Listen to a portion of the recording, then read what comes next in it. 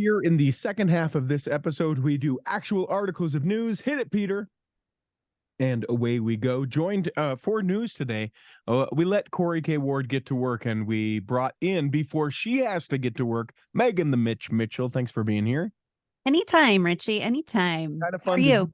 I'm not too bad. Kind of fun to be able to do news second.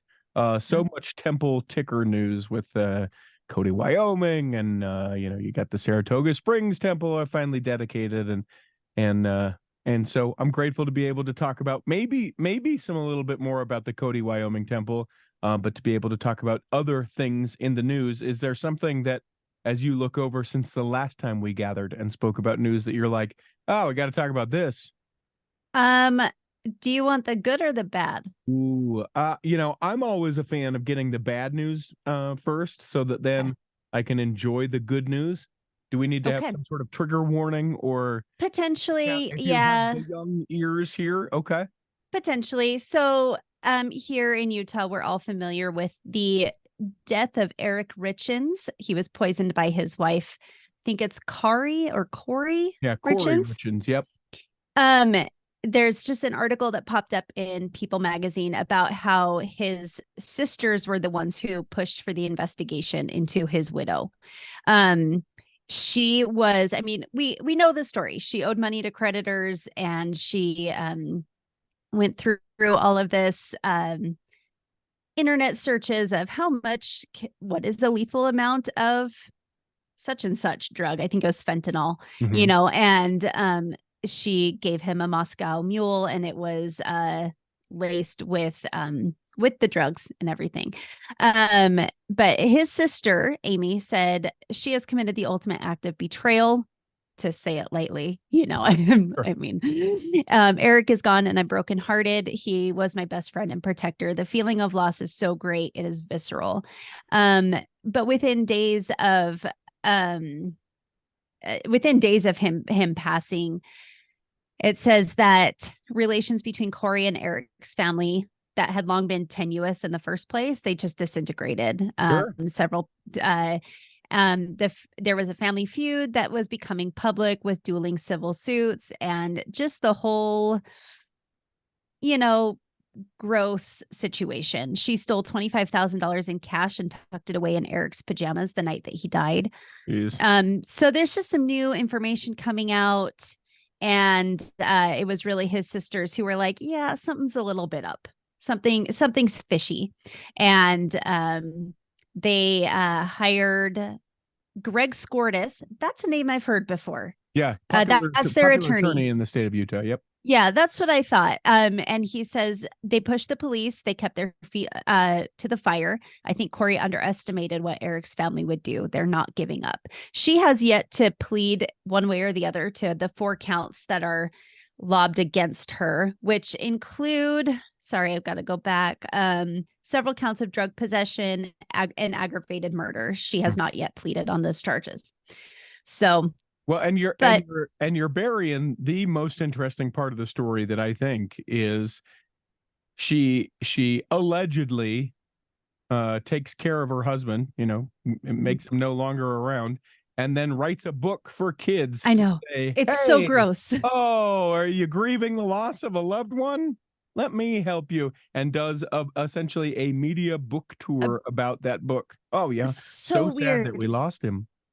So weird. It says less than 3 weeks after Corey's arrest, she emailed the sheriff's office to clarify some of the things that she had told them.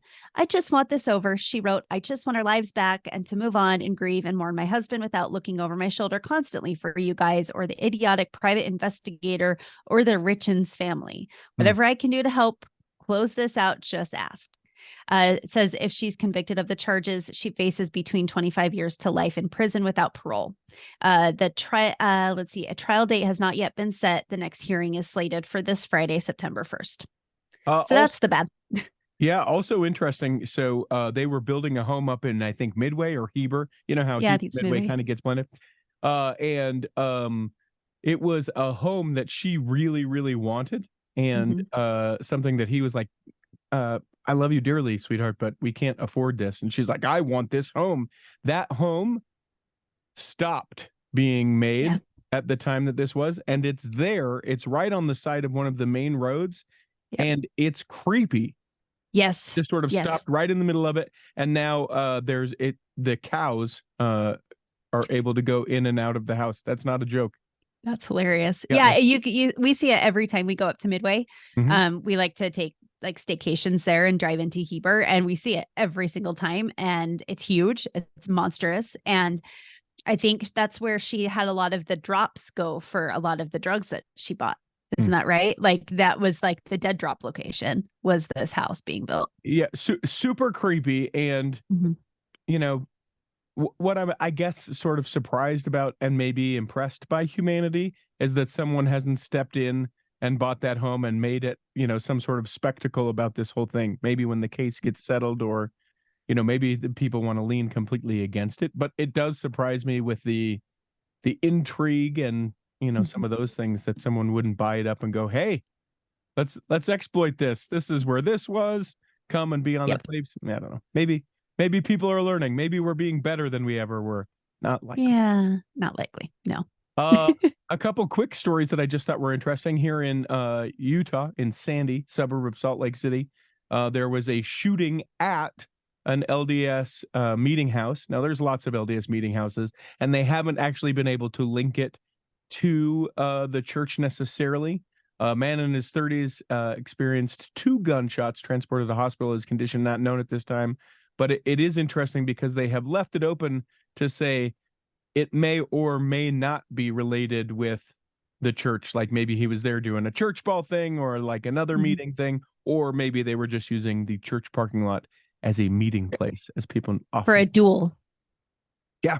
A duel at 10 paces. Yeah, it was, but it was not at dawn or dusk, I don't think so. Okay. The likelihood of it doesn't count because of timing, I'm not sure that applies. This I thought was sort of interesting. Have you ever attended a timeout for women? I have not, actually, which is funny because it's pretty up my alley. But usually, and anytime that it has aligned for me to go, like time wise, it's usually been cost prohibitive. That's not been the recent situation, but yeah, I've never been. I know people who go every year. How would you explain it? One sentence. How would you explain a timeout for women? A weekend retreat where you hear inspirational speakers and you get a fancy tote bag. There you go. So now you can have your own timeout for women at home with the Timeout for Women bundle. I wish I was joking. Here's the deal. I get it. It's cool. It's a thing that, if you want to have your own women's night or timeout for women or whatever the thing is, it feels a little MLM-y, and so I had to bring cash grabby a little bit. Yeah, a little cash grabby. The small gathering package was created to give women around the world a chance to enjoy the 20th anniversary of the Timeout for Women.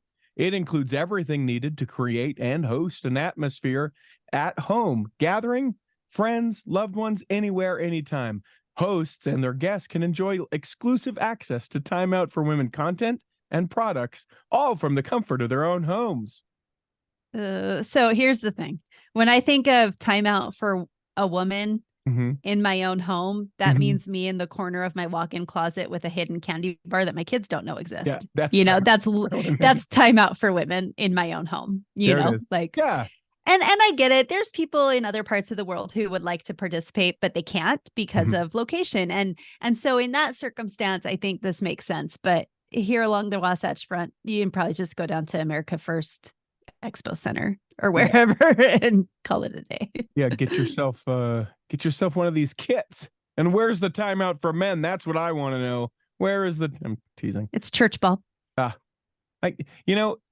feel like maybe that's the thing that like we would have said. I don't think people play church ball like they used to. I don't think they do either. I had a stake president say to me one time that if he had his way, there would never be another basketball court in a church building. And I'm like, I agree with this wholeheartedly. Yeah, I mean, I say let them have their ball, but I just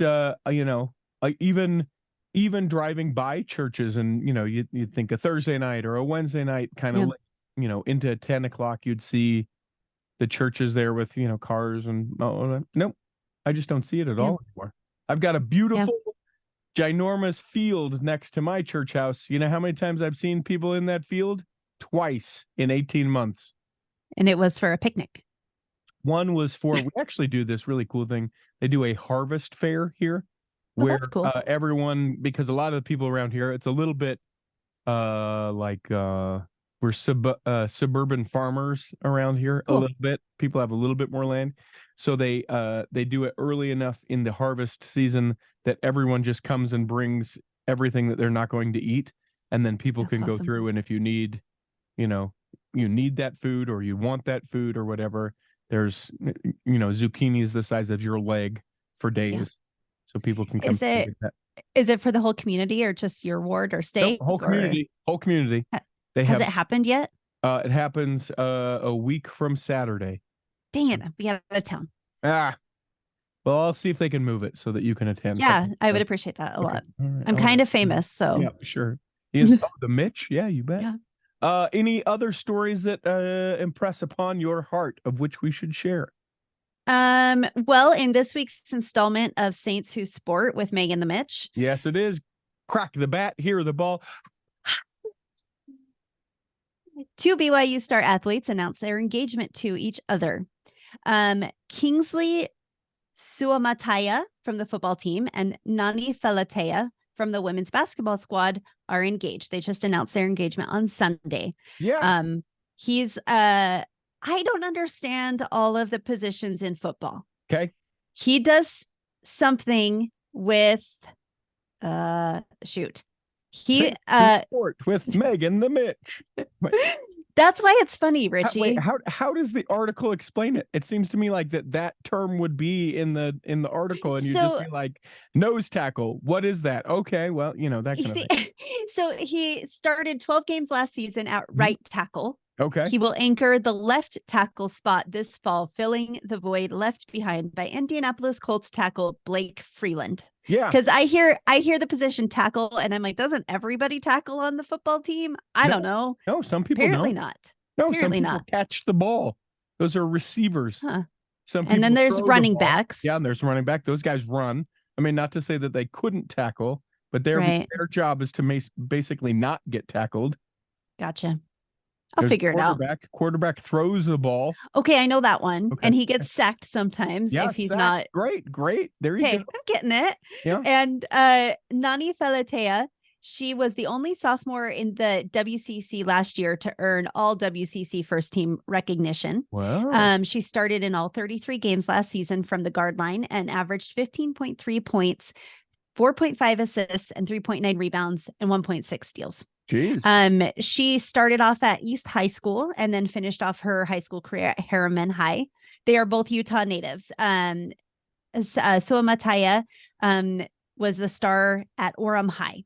Okay. So and he is a potential first round pick in next year's NFL draft. Jeez. So congratulations to brother Suamataya and sister Felatea. So my question is, does that article say how long they've been dating? It does not. Because I heard that they met at orientation last week. That's most likely true. I'm kidding. Because it's Provo, see? Because it's BYU. Well, he walked up to her and he said, "You're tall like me. We should get married. I feel impressed that the spirit is telling me." I hope that that's true, but I don't want to ask because I don't want to be disappointed. Speaking of the BYU, let no BYU be different from any other BYU, according to updates to the honor code and dress and grooming standards for church schools. Church schools, you say? Yes, that's BYU Provo, BYU Idaho, BYU Hawaii, and Ensign, or if you're my grandparents' age or older, Ensign College. They now have consistent dress and grooming standards and an updated honor code. There's lots to it. I think overall, the overarching theme is to adopt a principle-based approach while retaining a set of common expectations. Essentially, the idea of let them, be taught correct principles and govern themselves. A similar sort of transference to the For the Strength of Youth guide that was updated in October. It also sets to simplify and unify dress and grooming standards across all campuses. It better aligns the ecclesiastical endorsement interview with the ecclesiastical responsibilities of church leaders. And most importantly, shorts. You get to wear Okay. shorts now at BYU, Idaho. This is huge. That you could not before. No, I know. I went there in 2002, from 2002 to 2004. And my semesters were summer and fall. Okay. And I hated that I couldn't wear shorts. Like we couldn't even wear capri pants. You know, wear like long pants or a dress. Long pants or a dress. And it was the worst. And it didn't make any sense to me. I'm like, this is a church-owned university that has the BYU name. Why isn't it the same? Yeah. 0 cents. Yeah. What I think is sort of odd is when you say this out loud, the university of which my church owns and operates finally allowed women and men to wear shorts to school in 2023. That statement seems very weird to me. A little bit. Yeah. The other thing that I really liked about this is that it takes the ecclesiastical leaders out of the equation when it comes to honor code violations. I think that's really important, that it gives a very clear line that this is your responsibility as an ecclesiastical leader. This is your responsibility as the school administrators, that the bishop, their sole purpose is to worry about the spiritual journey of the person that they're interviewing. And that's it. That's it. I think that's a good distinction to have. And still no beards. Sorry, fellas. Yep. A lot of people thought maybe this would be the change. There are a couple of other changes that are unique to note.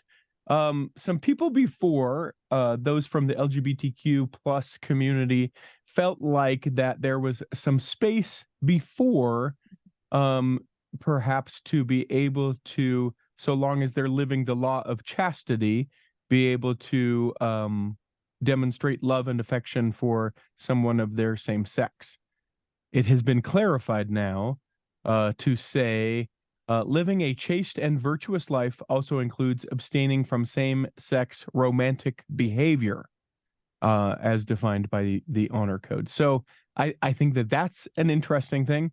It goes on, obviously, not to say anything about heterosexual individuals as far as romantic behavior, but does say live a chaste and virtuous life, including abstaining from any sexual relations outside a marriage between a man and a woman. So that certainly for some seems to be, I guess a further clarification about how they feel about that, but also there was a Q&A about the update, and one of the things that it said, let me find it. There are no changes to the LGBTQ policy. CS is deeply committed to helping all our students, including LGBTQ students, feel both the love and covenant expectations of the Savior. Same-sex romantic behavior has been and continues to be contrary to the principles included in the CES Honor Code. Students are a welcomed and valued part of the campus community and share a common identity with every student as sons and daughters of God. Then the next question, can members of CES campus communities who identify as LGBTQ or have same-sex attraction be disciplined for behavior like going on a date, holding hands, or kissing? And then the answer, same-sex romantic behavior is not compatible with the principles included in the CES Honor Code. As in years past, each situation will be handled on a case-by-case basis to help each student feel the love of the Savior and to encourage them to live their gospel covenants and university college commitments. It's interesting because I think a lot of people have been able to find like peace. Some would say a loophole. I would just say, I would say room within the language to say, listen, the law of chastity is this. I experience same-sex attraction, but so long as I keep within the realms of the law of chastity, I should be okay. And this seems to just further clarify that that is not all right to do. So, because I'm who I am, it also says hair should be clean, neat, modest, and avoid extremes in styles and colors. So my blue hair, am I getting kicked off campus? You wouldn't be allowed on campus. Oh, okay. Well, luckily you're not trying to get on campus. I mean, I am an Ensign College student, but it's all online. Yeah. So Yep. maybe I'm Yep. okay. Yeah, watch out. Maybe not. Maybe I next know. I time just you've made it doubted yourself. public. Yep. Yep. Oh, dang. Other things to note, and I thought this was kind of interesting. It lists out the questions for your ecclesiastical endorsement as a student. The church educational system is supported and funded by tithes of the Church of Jesus Christ. Are you a full tithe payer? I think that's sort of interesting that that's part of it. Yeah. Do you obey the law of chastity? Do you support and sustain the first presidency and quorum of 12 apostles, prophets, seers, and revelators? It's very similar to the temple recommend questions for sure. Are you striving to live the teachings of the church and keep the covenants that you have made to this point in your life? Interesting. There doesn't seem to be, at least online at this point, too much attention that has been drawn towards the LGBTQ part of that, but maybe that's, I've only seen it on like Instagram accounts and Twitter accounts that tend to lean more to the more conservative side, that are like, oh yeah, now there's actual clarification. People who might already be in contention with certain lifestyles. Yeah. If that makes sense. So yeah, well, and school hasn't been back yet, and Yeah. it doesn't technically go into effect until like today or tomorrow or something like that. So yeah, the 30th. Yeah. yeah, so maybe that's where we move. We've got time for one more story from you, Megan the Mitch Mitchell. Okay, are you going to take Elder Bednar dedicating the Joseph Smith home? I am, in fact. Okay, I figured as much. 6 Latter-day Saint artists have been awarded. Oh, shoot, my phone got weird. Okay. 6 Latter-day Saint artists selected for a New York City residency program. So, Richie, I know that you have interviewed people from the Center for LDS Artists, right? Or Latter-day Saint Arts. Yeah. So they have established a 1-week residency, and there are 6 artists who have been selected in the fields of poetry, literature, choreography, visual art, music, and film. These winners were all chosen by a distinguished jury after being vetted by discipline-specific screeners.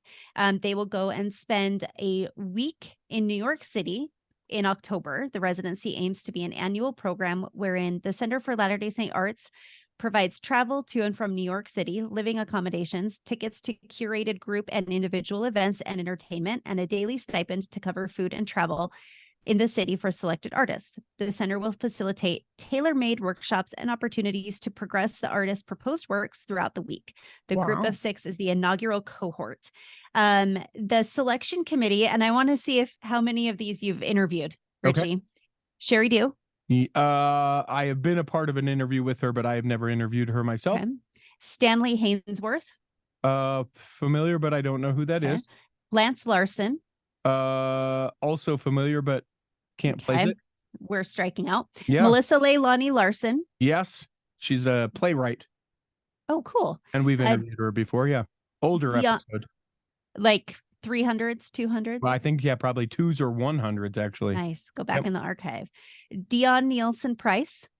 A composer. Okay. Maybe. Okay. Walter Rain. Nope. And Ricardo. Although that's my favorite Prince song, Walter Rain. Absolutely. Yeah, it's the B-side to Purple Rain, right? Yeah. Yep. Yeah. It was the original lyrics, and then they're like, nah, people won't know who that is. Maybe I should change it. Good call. And then Ricardo Rendon. I hope I said that last name correctly. Does that sound familiar? Yeah, you gave it a little accent, so Well, it has an accent over the O. Sure. Rendon. Yeah, super cool. And the interesting thing is, I guess all of these artists had to propose like a project that they're going to work on. And most of them all kind of centered around some consistent themes independent of one another. And that has to do with immigrant and migrant experiences, as well as just connecting to family history, which was really interesting. Like one gentleman, Joseph Sawa, a composer from Massachusetts, he's going to write an orchestra piece tracing his Argentinian ancestors through their immigration to Manhattan. A visual artist from Georgia, Sarah Lindsay, she aims to use women's fashion trends as a means to honor and explore the lives of her maternal ancestors, women who migrated through Ellis Island and other city ports. So yeah, just really cool. They all kind of center around this theme of connecting to our ancestors. Really neat. I think it's going to be a really cool program that they're starting this year. Yeah, So. for sure. For sure. And find the links to all of those stories and this one in the show notes associated with this episode. You queued it up. I shall bring it home, they say. That's a sports reference, a St. Yes. Louis sports reference, I suppose. I'm batting cleanup, as it were. Yes. The church has now dedicated the historic Joseph and Emma Smith home in Kirtland, Ohio.